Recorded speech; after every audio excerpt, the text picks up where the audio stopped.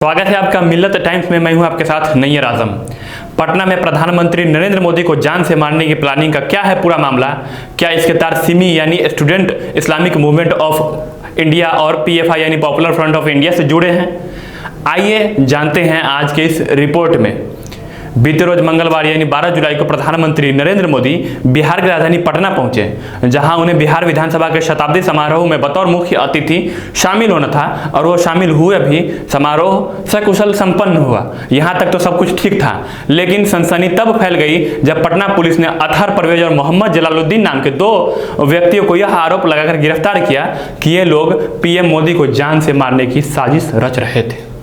Patna police को गुप्त सूचना मिली कि फुलवारी शरीफ के अहमद मंजिल में कुछ अज्ञात लोगों द्वारा कुछ बड़ी और खतरनाक साजिश रची जा रही है, जिसके बाद पटना पुलिस वहां छापेमारी करने पहुंची और छापेमारी में पाया कि वहां मार्शल आर्ट के नाम पर युवाओं का ब्रेन वॉश कर उन्हें हथियारों की ट्रेनिंग दी जा रही थी तथा पीएफआई का झंडा, बुकलेट और दस्तावेज वहां से भी बरामद किए गए, जो संकेत देता है कि ये पीएफआई से जुड़े हुए हैं।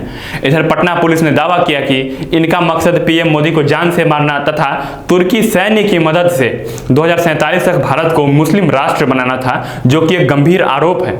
इन दो आरोपियों में से एक आरोपी अतहर परवेज का भाई 2013 में पटना के गांधी मैदान में हुए बम ब्लास्ट के मास्टरमाइंड भी रह चुके हैं और वो सिमी से जुड़े हुए भी थे, हालांकि वो भी जेल में है। आपको बताते चले कि अक्टूबर 2013 में गुजरात के तत्कालीन मुख्यमंत्री और वर्तमान के प्रधानमंत्री नरेंद्र मोदी पटना के गांधी मैदान में हुंकार रैली को संबोधित कर रहे थे, तभी ये बम ब्लास्ट किया गया था। अतहर परवेज और मोहम्मद जलालुद्दीन को लेकर पटना पुलिस ने दावा किया कि ये पॉपुलर फ्रंट ऑफ इंडिया से जुड़े हुए हैं।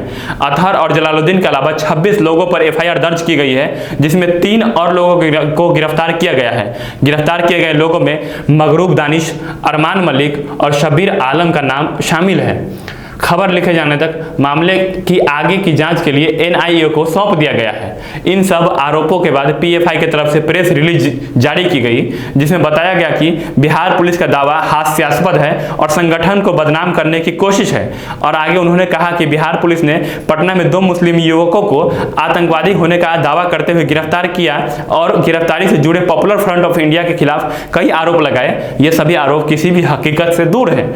पुलिस ने फर्जी आरोप दस्तावेज लगाकर आतंक की साजिश रचने की काल्पनिक गढ़ने की कोशिश की है।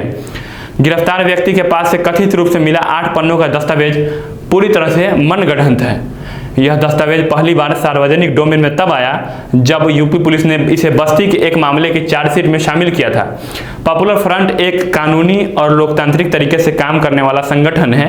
ये पीएफआई का अपना पक्ष था जो उन्होंने रखा।